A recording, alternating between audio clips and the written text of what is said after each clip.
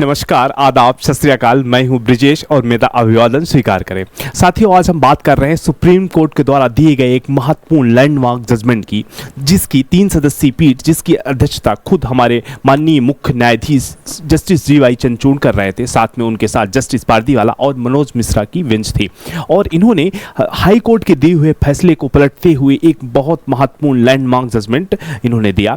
हम बात कर रहे हैं चाइल्ड पोर्नोग्राफी से रिलेटेड अभी हाल में आए इनके महत्वपूर्ण निर्णय की। तो यहाँ पे बात किया गया है कि ऐसे अगर हम बात करें कि चाइल्ड पोर्नोग्राफी डाउनलोड करना, देखना, ये क्या अपराध है और इसमें 7 से 10 साल तक की सजा और साथ ही साथ जुर्माना हो सकता है।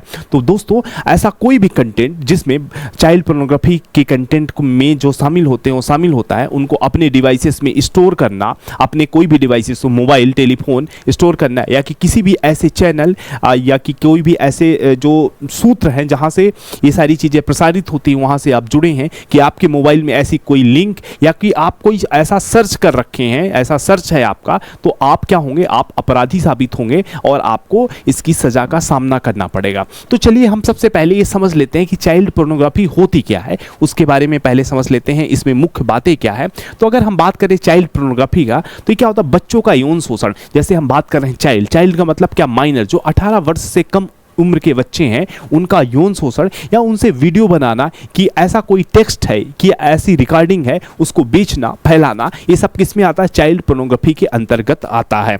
और अगर हम देखें तो इसको अगर हम व्हाट्सएप में फॉरवर्ड करते हैं या कि हम डाउनलोड करते हैं, व्हाट्सएप में फॉरवर्ड, डाउनलोड, या उनको बहला फुसला के या ऐसे कंटेंट जो कि बैड टच के रूप में आते हैं, ऐसे कंटेंट को हम बनाते हैं या एक दूसरे को भेजते हैं, या भेजते नहीं फिर भी अपनी डिवाइसेस में स्टोर है, तो अगर ऐसा पता चलता है तो आप क्या अपराध की श्रेणी में आएंगे और ये अपराधी के तौर पर माना जाएगा।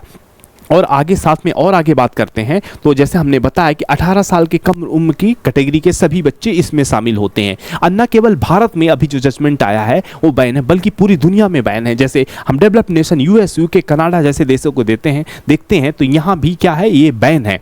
तो इसलिए बहुत महत्वपूर्ण हो जाता है। इसमें साथ में इसके साथ साथ ही अगर कोई आर्टिफिशियल जनरेटेड या सिमुलेटेड इमेजिनरी है, जिसमें उन चीज़ों को जो मतलब यौन या अश्लील वीडियो जैसी चीज़ें हैं वो भी इस कैटेगरी में आएंगी। साथ में डार्क वेब पर पहचान करना इसका मुश्किल हो जाता है। साथियों, अगर बात करें तो ये कैसे अवेलेबल हो जाती हैं, जबकि हमारे यहाँ हमारे आईटी एक्ट, आईटी रूल्स में ये सारी चीज़ें क्या है, प्रोहिबिटेड है। ऐसा कोई भी कंटेंट आपको सर्च करने पे भी नहीं मिलेगा और अगर आप सर्च करते हैं तो भी आपको क्या होगा, आप ब्लॉक किए जाओगे और आर्टिफिशियली आपको क्या कि जनरेट किया जाओगे और अपराध की श्रेणी में आएंगे। फिर ऐसे कंटेंट अवेलेबल कहां से हो जाते हैं जब सारा बंद है। और यहां तक कि भारत सरकार एआई टूल्स का यूज करके भी ऐसे कंटेंट को जनरेट कर लेती। गूगल तक को ये प्रोहिबिटेड है, मगर गूगल में अगर आप ऐसे कंटेंट को खोजते हो या डालते हो तो गूगल ऑटोमेटिकली पहचान जाता है कुछ चीजों को और वो क्या कर देगा, वो ऐसी चीजों को सीधे आपको स्टॉप कर देगा, मतलब ऐसी चीजें आपके सामने प्रेजेंट नहीं करेगा। फिर भी ये कैसे अवेलेबल हो जाती हैं, तो कई बार जैसे एक तरीके से सेंटेंस के फॉर्म में जैसे सर्च करें हम, या तो बात करें कि हम बहुत सारी चीज़ों को डार्क वेब से देखते हैं। अब डार्क वेब में पहचान कर पाना मुश्किल होता है, तो इसलिए ये क्या हो जाता है, एक तरीके से चैलेंज के रूप में हमारे लिए होता है। अगर इसमें हम बात करें तो इसमें मोलेस्टेशन और थ्रेटनिंग और साथ में एनिमेटेड चाइल्ड पोर्न भी शामिल है। इसमें इसको भी शामिल करने की बात की जा रही है। हालांकि अभी इस डिसीजन में एनिमेटेड पे बात नहीं हुई है, पर इसको भी शामिल करने की बात है। अब आगे इसमें क्या है, जैसे जस्टिस जो डिसीजन आया है उसमें यही बात कही गई कि इसके लिए एक डिटेल्ड कानून बनाया जाए, तो उसमें इन सारी चीज़ों को शामिल किया जाना होगा।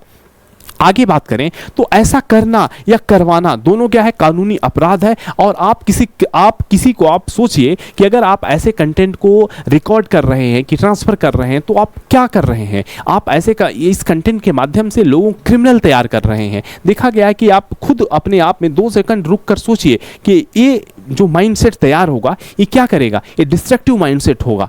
तो इस तरीके से ये चीज़ें जो समाज में एक तरीके से ये चीज़ें साबित होगी। अब बात करते हैं, अब आ जाते हैं सुप्रीम कोर्ट की फैसले की। तो मुख्य बात सुप्रीम कोर्ट के फैसले में ये रही कि चाइल्ड पोर्नोग्राफी को डाउनलोड करना, देखना अपराध है और ये पॉस्को एक्ट, जो हमारा पॉस्को एक्ट है और आईटी एक्ट के तहत 7 से 10 साल की इसमें क्या है, सजा का प्रावधान है और सजा के साथ साथ ही जुर्माना का भी प्रावधान हो जाता है। अगर बात करें पॉस्को एक्ट तो क्या क्या है, protection of children from sexual offence act 2012। इसके तहत कोई भी बच्चे में शोषण से रिलेटेड कोई शोषण या उससे संबंधित चीजें होती हैं तो इस एक्ट के तहत वो क्या है, अपराध की श्रेणी में आता है।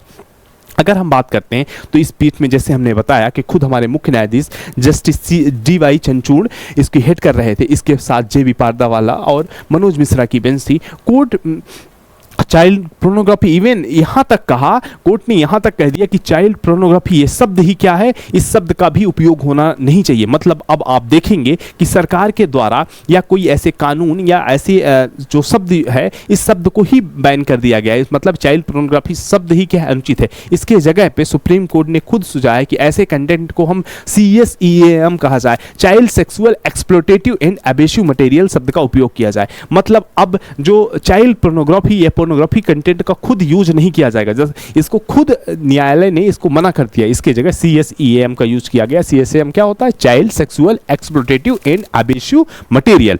तो इस तरीके से एक शब्द ही अपने आप में कितना मतलब समाज के लिए एक तरीके से कितना बेकार चीज है, तो इसलिए शब्द ही बदलने का निर्णय लिया गया। आगे बात करते हैं तो केंद्र सरकार को यह कहा गया है कि जैसे अभी सेशन तो कंटिन्यू नहीं है तो इसको किसके लिए क्या अध्यादेश के माध्यम से इस कानून इसको लागू किया जाए और उसके बाद जैसे सेशन होंगे तो एक डिटेल कानून लाया जाए जिससे इस चीज़ को पूरी तरीके से बैन की जा सके। तो ये प्रमुख बात होती है। इसमें देखना फैलाना बच्चे की मर्यादा और अधिकारों का उल्लंघन है। मतलब यहाँ पे सुप्रीम कोर्ट के द्वारा ये कहा गया कि ऐसी चीज़ों को देखना या फैलाना ये बच्चों के अधिकार, उनके फंडामेंटल राइट का उल्लंघन साबित हो रहा है।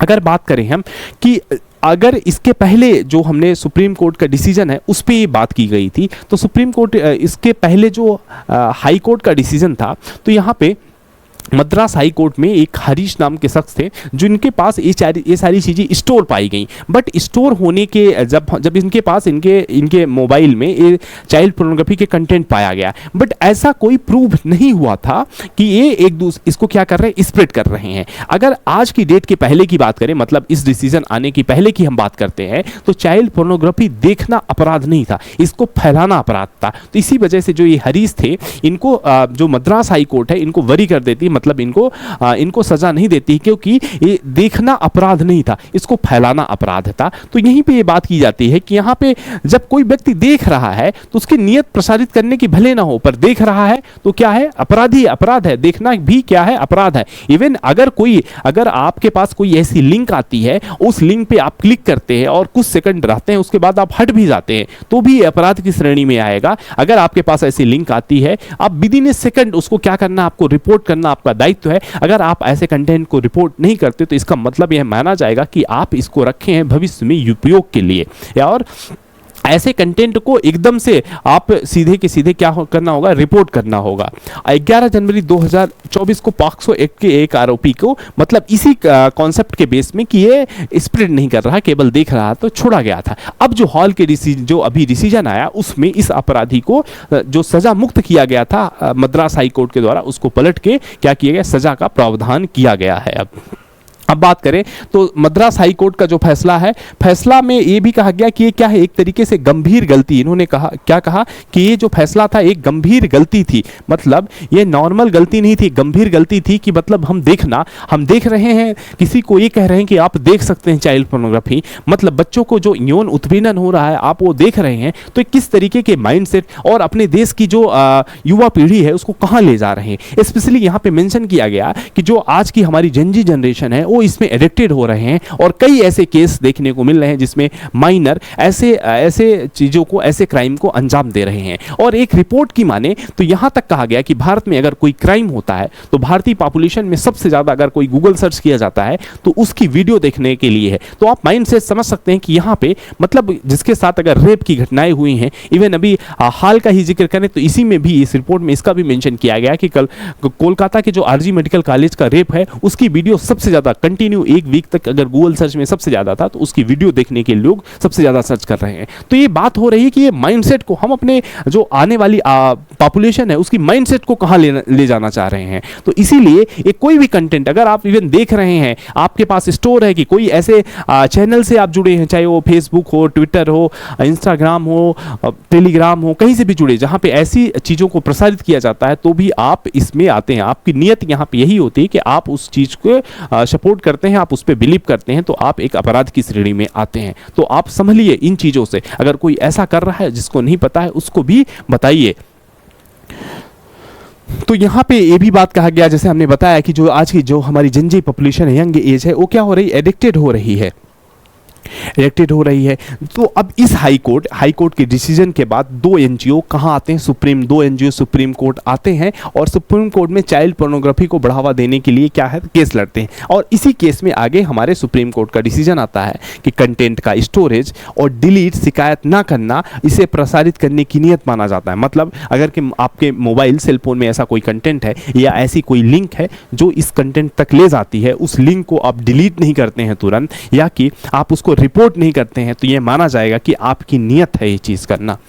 आगे बात करें तो पोर्न देखना अपराध नहीं, निजता में दखल नहीं दे सकते। इसके पहले जो मद्रास हाई कोर्ट का कहना था कि जो पोर्न देखना क्या है, एक अपराध नहीं है और यह किसी का निजी मामला है, यह किसी के निजी मामला है और हम निजता पे क्या कर नहीं दे सकते, दखल नहीं दे सकते। ये केरल हाई कोर्ट का भी इसके पहले का बयान था। तो यहाँ पे कहा गया है कि किसी एक व्यक्ति की गरिमा, उसके अधिकारों का उल्लंघन हो रहा है, तो यहाँ निजता का प्रश्न नहीं है, यहाँ अधिकारों का प्रश्न है। तो ये बात होती है। आगे बात करें हम तो अगर एडल्ट पोर्न की बात करें, ये तो था चाइल्ड पोर्नोग्राफी, चाइल्ड पोर्न की बात कर रहे हैं। अगर हम एडल्ट पोर्न की बात करें तो भारत में एडल्ट पोर्न देखना अपराध नहीं है। यहाँ पे भी बात करें तो पोर्न देखना गैर कानूनी नहीं है। पोर्न वीडियो बनाना और पब्लिश करना और उसको सर्कुलेट करना, ये क्या है, ये अपराध है। और अगर किसी एडल्ट का भी अगर कोई वीडियो बन रहा, मोलेस्टेशन का वीडियो बन रहा है और उसको आप किसी पब्लिक प्लेटफॉर्म में या किसी आप प्राइवेटली सर्कुलेट करते हैं और सामने वाले जिसकी वीडियो में जो शख्स है उसकी अगर अनुमति नहीं है, तो भी अपराध माना जाएगा। तो ये भी अपराध की श्रेणी में आते हैं। अब अगर हम देखते हैं भारत में ऑनलाइन पोर्न देखना क्या है, गैर कानूनी नहीं है। मतलब एडल्ट पोर्न जो है वो देखना गैर कानूनी नहीं है, पर बनाना, पब्लिश करना, सर्कुलेट करना ये बैन है। ये बात हमने बता दिया। अगर बात करें हम कि हमारे जो सेक्शन 294 और 295 किसका, बीएनएस भारतीय न्याय संहिता को देखें तो यहाँ पे पोर्न को बेचना, फैलाना गैर कानूनी है और इसके लिए 5 साल तक की जेल और 10,000 तक के जुर्माने का प्रावधान किया गया है। और वही बात करते हैं तो आईटी एक्ट 2000 के सेक्शन 67 और 67A में ऑनलाइन फैलाना 10 साल तक की जेल का प्रावधान करता है और साथ ही साथ 10 लाख तक के जुर्माने का भी प्रावधान करता है। तो ये प्रमुख क्या है, प्रोविजंस है, प्रमुख रूल्स हैं इसके रिगार्डिंग। अगर बात करें कि भारतीय में भी अगर ऐसे कोई कंटेंट आता जो ऑब्सेसिव कंटेंट है, उसके लिए central board of film certification के तहत इसके लिए एक्शन की बात की गई है। और साथ में कहीं ऐसे प्रसारित होता है, जैसे अगर बात करें कोई ऐसा है जैसे एक्स हो गया, जिसको हम पहले ट्विटर कहते हैं, कि फेसबुक हो गया, इंस्टाग्राम हो गया, ऐसे कहीं जगह प्रसारित हो रहा है, तो इसके लिए भी बात की जा रही है। अगर बात करें कि हम ये कहाँ से देखते हैं, तो भारतीय लोग अगर बात करें भारत में पूरी तरीके से बैन है, इसका बनाना, इसको प्रसारित करना बैन है। तो कहाँ तक पहुंच रहा है, तो जो कई लोग जो होते हैं वर्चुअल प्राइवेट नेटवर्क के थ्रू, वीपीएन के थ्रू इन चीज़ों तक पहुंचते हैं, प्रॉक्सी नेटवर्क या एनोनिमस बनकर इस्तेमाल करते हैं। और कई बार इसमें आज के डेट पे ओटीटी पे भी एक प्रश्न चिन्ह खड़ा हुआ। ओटीटी के बात करें तो ओपन प्लेटफॉर्म जिसमें सारी हदें पार कर दी हैं। यहाँ लोगों को गुस्सा, कई बार यहाँ पे ऐसे कंटेंट दिए जा रहे हैं जो कि हमारे समाज, सोसाइटी के एक अलग ही दिशा में ले जा रहे हैं। तो ये भी प्रश्न चिन्ह यहाँ पे भी खड़ा होता है। अब आगे बात करते हैं कि पूरी दुनिया में, ये तो भारत की बात करें, दुनिया में ऐसे क्या कंटेंट है, ऐसे इसके रिगार्डिंग क्या रूल्स और लॉ है। तो यूएस में पोर्नोग्राफी अगर देखें तो सेक्स टॉयज क्या है, लीगल बात हो जाती है। वहीं 18 से कम आयु के मतलब चाइल्ड पोर्नोग्राफी यहाँ भी बैन हो जाती है। अगर आगे बात करते हैं तो कनाडा में पूरी तरीके से लीगल नहीं है। जो अडल्ट है ये यहाँ पे हम सर्कुलेशन है, पर ये क्या है, रेगुलेटेड है। अगर यहाँ पे रसिया और यूक्रेन की बात करें तो यहाँ पे वेब कैम मॉडलिंग क्या है, इसको ये अनुमति है, वेब कैम मॉडलिंग की अनुमति है। डेनमार्क ऐसा पहला देश बनता है जो 1969 में इसको लीगल करता है। फिर बाद में मतलब चाइल्ड पोर्नोग्राफी को लीगल करने वाला पहला देश डेनमार्क बनता है। फिर बाद में इसको 1980 में अब बंद है, मतलब अब कहीं भी नहीं, डेनमार्क ने भी बैन कर दिया है चाइल्ड पोर्नोग्राफी को। आगे बात करते हैं तो सऊदी अरेबिया में भी पूरी तरह बंद है, चीन, दक्षिण कोरिया, जापान और मिडिल ईस्ट में भी बंद है। इस तरीके से हम देखिए पूरी जगह बंद है। अगर हम बात करते हैं कि भारत में क्या ऐसा किसी करने वाले को एक्शन हुआ, तो हाँ दोस्तों, भारत में भी एक बड़ा एक्शन हुआ है। अगर हम बात करें तो कारोबारी राज कुंद्रा को 2021 में इसके लिए जेल हुई और साथ में इनसे जो जुड़े हॉटस्पॉट्स पर फोन बनवाने और बेचने के आरोपी माना गया था इनको, इसलिए इनको 5 साल की जेल हुई। अभी भी इनका केस चल रहा है। तो ये रहा आज का इस डिसीजन से रिलेटेड महत्वपूर्ण एस्पेक्ट को हम आपके सामने रखें। आज की सेशन के लिए आपको बहुत बहुत धन्यवाद। मिलते हैं नेक्स्ट वीडियो के लिए, तब तक जय हिंद, जय भारत।